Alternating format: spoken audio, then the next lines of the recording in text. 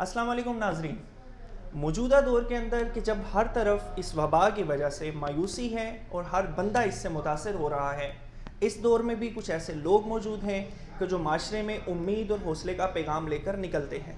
K7 cafe का ये programme आप लोगों के लिए इसीलिए तरतीब दिया गया है कि आप लोगों को माशरे में वो लोग दिखाए जाएं कि जो हिम्मत और हौसले का दामन नहीं छोड़ते।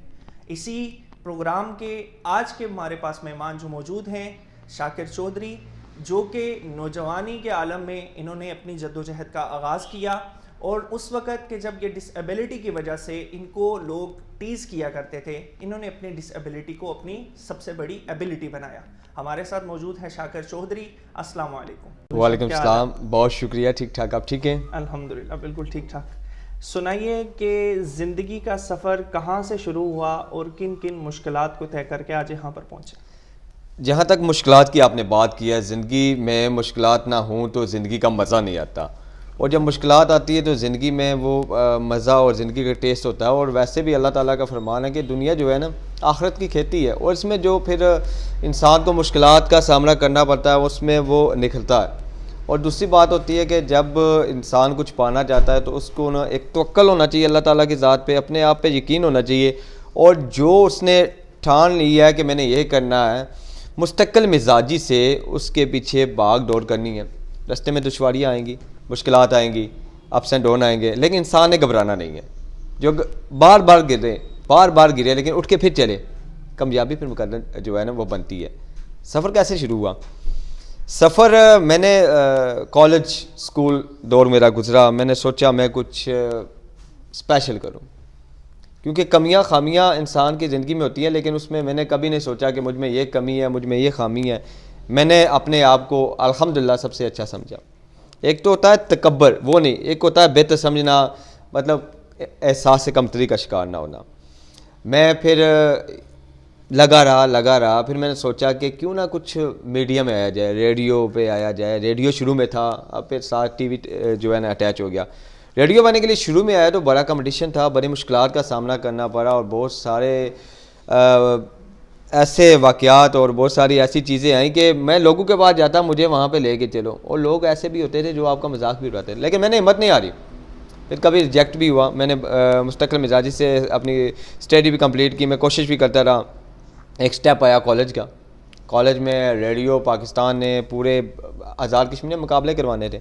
उन मुकाबलों में अल्लाह के फजल करम से, अल्लाह पे मैंने यकीन रखा और मैंने हिस्सा लिया। मैं स्पीच में भी था, मैं बैतबाजी में भी था, लेकिन मैंने सारी चीज़ें ऊपर से पुश डाली।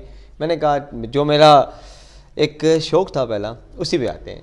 मैंने वहाँ जाके वो जो मुकाबले थे उसमें हिस्सा लिया। अल्हम्दुलिल्लाह पूरी आज़ाद कश्मीर में मैं पहले नंबर पे आया था। तो ये सिलसिला था। और फिर आगे 90 ने मुझे कॉल की। मैंने वहाँ मतलब पहले CV जमा करवाई थी, तो फिर वहाँ मैं बैठा ही था तो एक रज़ाक मुग़ल साहब थे, वो 90.5 के थे, मेंबर से थे। तो उन्होंने कहा जो आप हमारे साथ चल के प्रोग्राम करें। कोई तैयारी नहीं, कुछ भी नहीं, वहाँ गया, अल्लाह का नाम लिया, प्रोग्राम शुरू कर दिया। माशाल्लाह। तो आपने अभी बातों के दौरान एक बात बोली कि मैं आपके अल्फाज में देख रहा हूँ कि हिम्मत, हौसला, अल्लाह पर तवक्कल। आपने एक बीच में जिक्र किया कि लोग मजाक भी उड़ाते थे, इसकी क्या वजह थी, क्यों उड़ाया जाता? आप किसी भी फील्ड में जाते हैं तो आप कहीं भी जाते हैं तो लोग आपको टीज़ करने वाले भी होते हैं, हौसला अफजाई आपकी भी की जाती है। और बहुत सारे शोबा जात में अभी भी आप देख सकते हैं कि आप कहीं जाते हैं तो जलाल अहमद जा रहा है, जलाल अहमद कह रहा है कि मैं तो एंकर बनूंगा। वो कहेंगे ये क्या एंकर बनेगा? हाँ जी, कैसे बनोगे? बोल के बताओ, ये करो वो करो। ऐसे आपके साथ वाक़यात पेश आते रहते होंगे, ये हर बंदे की ज़िंदगी में आते हैं। तो हकीकत है, अच्छे इंसान भी आपको मिलते हैं और वह मुश्किल मिलते हैं, लेकिन आपने जिस मंजिल पे पहुंचना होता है, जब आप ज़्यादा रगड़ा खाते हैं, ज़्यादा मुश्किलात का सामना करते हैं, पॉलिश होकर आगे जाते हैं। फिर जब तब आप आगे जाते हैं तो फिर आपको कामयाबी जो है ना वो अल्लाह ताला की ज़ात ने नवाजी होती है। उसने आपको आजमाया होता है, उसकी आजमाइश में पूरे उतरे होते हैं आप, तो फिर आपको कभी कोई भी रोक नहीं सकता अपनी मंजिल से। ज़िंदगी की मॉरल वैल्यूज़ क्या हैं और मॉरल पर्सनैलिटी कौन सी है? ज़िंदगी की वैल्यूज़ तो बहुत ज़्यादा है, लेकिन जो मेरी मॉरल पर्सनैलिटी है और मैंने जिस बंदे से इंस्पायर हुआ, बहुत ज़्यादा सीखा, तारक अज़ीज़। वो एक ऐसा बंदा था, वो ना सिर्फ प्रोग्राम में आपको एक तो मुश्किलात से भी निकालने का तरीका बताता था, आपको हौसला भी देता था, आपको एंटरटेन भी करता था, सारी चीज़ें उसमें मौजूद थी। और वो एक खुदा ताला का जो बताया हुआ हुक्म है उसके मुताबिक भी बहुत सारी चीज़ें आप बातों बातों में आपके सामने रख देता था कि वो दिल में वो असर कर जाती थी। बिल्कुल सही। अच्छा, इसमें जो आपने बताया कि आपका ताल्लुक मीडिया से भी है, मीडिया पर एक इल्ज़ाम लगाया जाता है कि मीडिया जो है माशरे में बेहयाई, फहाशी और इन चीज़ों को और इंतशार को फैलाने में इसमें भी किरदार अदा करती है। क्या आप अपने आप को भी इसमें मुजरम करार करते हैं? नहीं, सारा मीडिया एक तरह का नहीं है। और इसमें मुजरम की आपने बात की है, इसमें मुजरम जो ऑडियंस होती है वो होती है। असल में आपको पता है कि चीज़ वही बाज़ार में बेची जाती है जिसकी ख़रीदार ज़्यादा होते हैं। हकीकत पे मबनी बात करूँगा, बहुत सारों को अच्छा नहीं लगेगा। अगर बाज़ार में इंसान है वो ख़रीदार बदल जाए, चीज़ बदल जाएगी, वो उसके मुतबादल आएगी। असल में हमारा माशरा ऐसा है, वो खुद ये चीज़ चाहता है कि हमारे सामने रखी जाए। लेकिन मीडिया को भी अपनी जगह ये रोल अदा करना चाहिए कि कुछ चीज़ें जो ऐसी गैर अखलाकी है उन पर पाबंदी लगानी चाहिए, उनको नहीं सामने लाना चाहिए।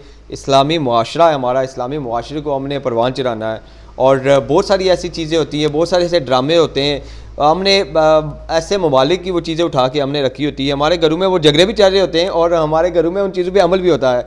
बच्चे छोटे छोटे आपने देखे होंगे, वो डायलॉग बोलते हुए, वो उस तरह की चीज़ें गुनगुनाते हुए आपको नजर आते हैं। क्यों ना अगर इस चीज़ को हमने अभी बहुत सारी पैमरा ने तब्दीलियाँ लाई हैं, बहुत खुशाइन बात है और खैरात तहसीन के वो हकदार हैं कि इन चीज़ों से वो दूर कर रहे हैं और बेहतरी की तरफ लेके जा रहे हैं। अब आप देखें कि जो ख़ासकर हमारे वो दूसरे पड़ोसी ममालिक के ड्रामे चलते थे, क्या तासुर गया था, क्या डेवलप हो रहा था। जब से वो बंद हुए हैं काफ़ी तब्दीली आ चुकी है, काफ़ी बेहतरी आ चुकी है। और अल्हम्दुलिल्लाह हमारे PTV के जो प्रोग्राम है कौमी नशियाती चैनल के, हमारे जो आज़ाद कश्मीर का मीडिया है और वफाक का मीडिया, उसने बहुत अच्छा आप किरदार अदा किया। लोगों को मोटिवेशन जो है ना वो मोटिवेट कर रहा है, बेहतरी की तरफ ला रहा है। आपका ताल्लुक रेडियो फील्ड से भी रहा है और रेडियो में चूँकि सामीन होते हैं और लोगों की बात कान के ज़रिए से सीधा दिल पर असर करती है। आपने अभी जिस तरह जिक्र किया कि लोगों को जो पसंद होता है वो ज़ाहिरी बात है उसका, तो आप क्या समझते हैं कि मीडिया और स्पेशली रेडियो किस तरीके से आवाम के अंदर तब्दीली ला सकता है? नहीं, मीडिया कोई भी है, खासकर अगर रेडियो की अगर बात करें तो अब यहाँ तो हम बैठ के टीवी पे तो हम तो फेस एक्सप्रेशन भी दे रहे होते हैं, लेकिन वहाँ आपने फेस एक्सप्रेशन आपने अपनी आवाज़ से देने होते हैं। आपकी आवाज़ में वो उतार चढ़ाव, खुशी गमी सारा कुछ होता है।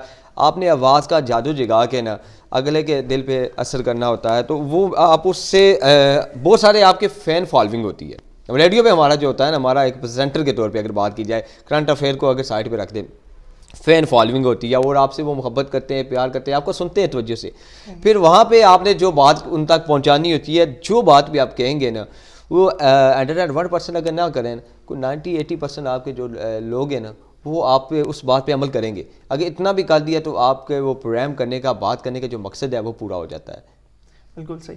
नाजरीन, K7 के प्रोग्राम में हमारे साथ मौजूद हैं शाकिर चौधरी। यहाँ पर हम लेंगे एक मुख्तसर सा ब्रेक के बाद दोबारा मिलते हैं।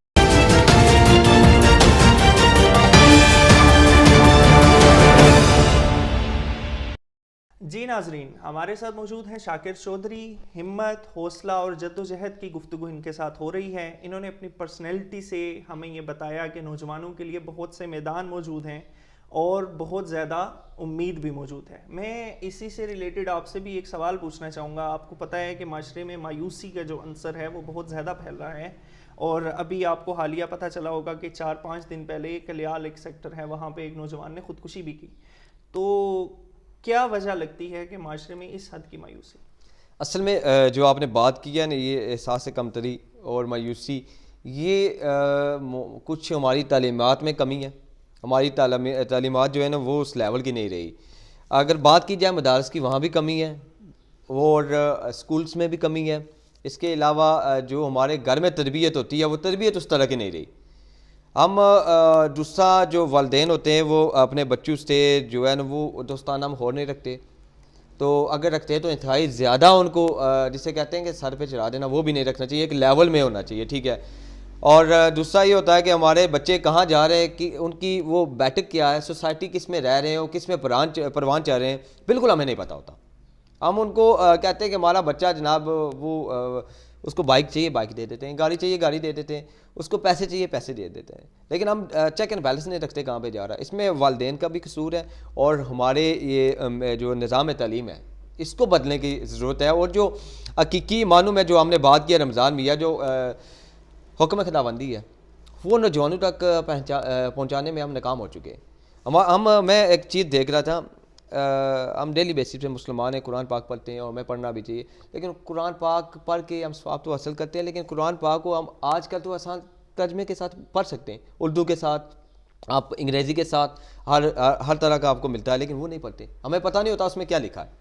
अगर ये चीज़ हमें पता चल जाए कि उसमें लिखा क्या है तो इन बुराइयों से हम दूर हो सकते हैं। ये आपने एक बात की है ना, एक केस की, इस तरह के बहुत सारे केस